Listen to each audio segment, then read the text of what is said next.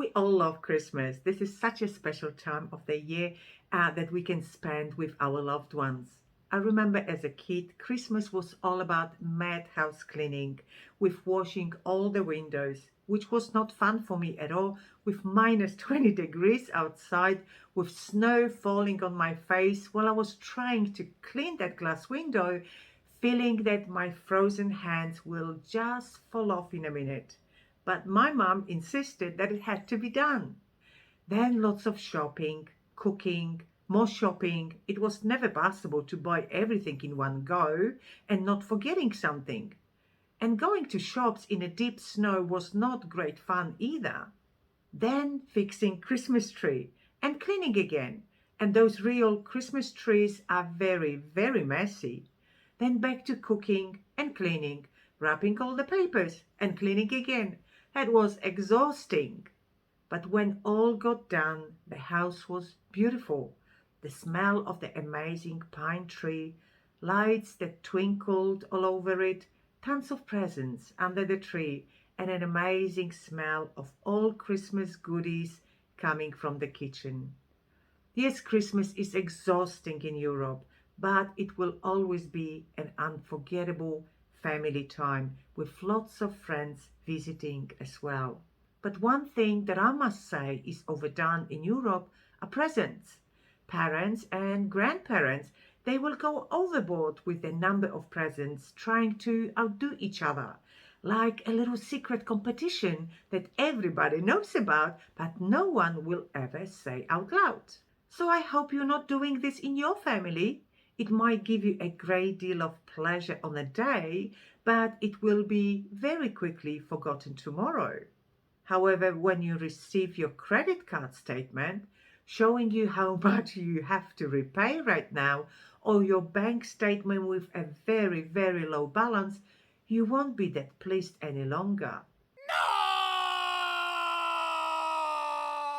My name is Katherine Isbrandt from About Retirement. I'm certified financial planner and you are watching About Retirement TV, the place to get all the information that you need if you are preparing for retirement or if you have already retired. And today we have a very special Christmas edition.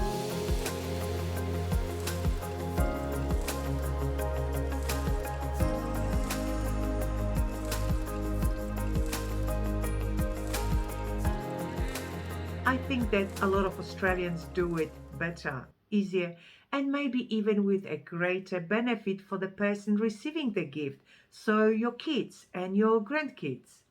Instead of buying expensive presents that your kids or grandkids don't really want or need, but will pretend to enjoy receiving them, not to upset you, I have few suggestions for you. Number one, ask them what they want, but within your budget. As a child, every year I had to write a letter to Santa with a list of my wishes of the gifts that I wanted to receive. Of course, I had to prove in the letter that I was a good girl. The funny thing is that we love this tradition so much that we continued even as teenagers. And then as a mother myself, I introduced it to my son and we had fun all over again. So do this with your family as well. Variety of presents will give you some choices that will be within your budget. Number two, even easier, knowing your budget, just give them the money. If you put it in a nice envelope, hide it in a box, and then in another bigger box, and then another. Then decorate the biggest box. It is a very good present and a lot of fun opening it. Number three, buy a present with another person and share the expense. This is a great idea as you are able to purchase a more significant present that otherwise might be outside of your budget. As long as it is what the receiving person really needs and wants, whoa, they might be very surprised. Number four, one for one. If you have a big family, it is very costly to buy present for every person. So instead, agree just to buy a present for one person. So each member will only buy one present instead of 20. Hence, Each member of the family might still get a nice, solid present if there is only one for you to buy. Number 5, don't buy but rather do. I think at this point in my life, this would be my preferred option. No present will ever give you the same enjoyment and memories as the time spent with your family to make them, especially with your kids or your grandkids when they are small.